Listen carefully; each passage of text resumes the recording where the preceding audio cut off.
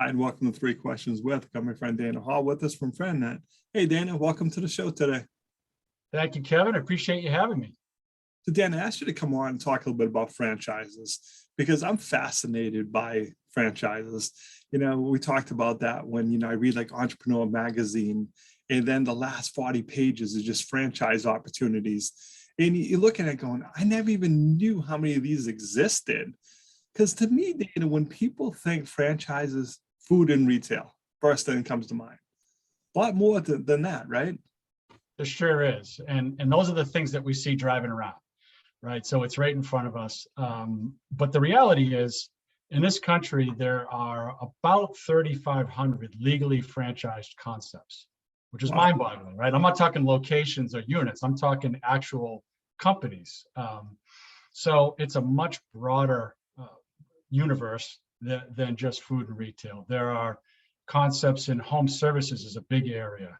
So anything that you do around your house, there's going to be a franchise for that. Cutting your lawn, repairing your roof, putting new floors in.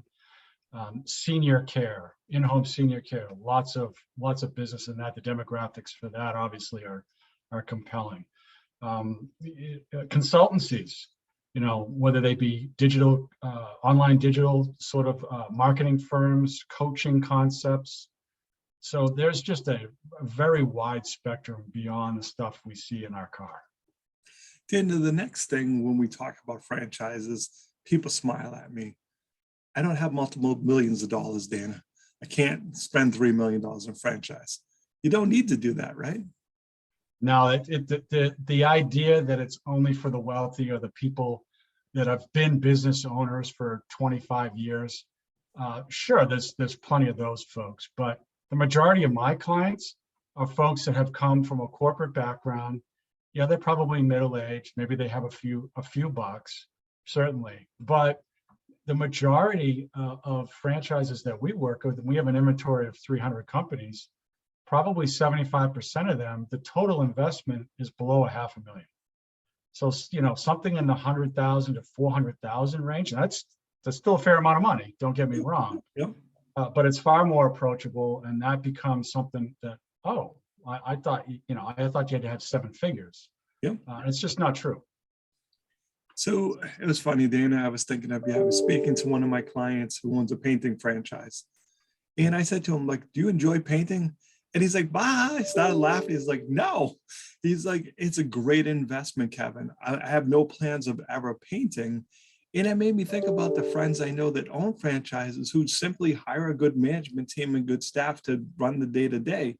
So you don't necessarily need to love the actual profession. That's very true. I mean, certainly having an interest in it, and there's this idea that, it's romantic that I'm going to have a passion for my business. If you can do that, and some people can, that's great. The real important thing, however, though, for most people is they have goals. I want to spend more time with my family. I don't want nights or weekends. Maybe it's money. So you need to really figure out what those things are that are important to you. And if what you love doesn't fit with those goals, then it's going to be a bad match. So the passion play is good, but it can be dangerous. You really have to separate. I always tell clients, separate the function of the business, what the business does, its product or service, versus what you as the owner are going to do in that business. What is your role going to be in that business? So those are, and it seems, it doesn't seem obvious sometimes, but those are things you got to consider. No, I mean, it definitely. So let's go back to starting at the beginning. So someone that has an interest in franchising. So now there's like tests they take or something to show what their skill sets are. Because again, flipping through the magazine, there's lots of them like, well, which one of these would be appropriate for me? So is there a way for you to help people saying, hey, based on your skill set and what you're looking for in your life, here's some things to consider? Yeah, absolutely. As a franchise consultant with FranNet, that's my role, is to help you figure that out. So we have a proprietary assessment that we give folks. It's not scary. It's very much like a DISC. If you've ever taken one of those, or maybe a Myers-Briggs, it's not a personality test per se, but it helps us determine motives, It helps us evaluate your value systems as a potential franchisee.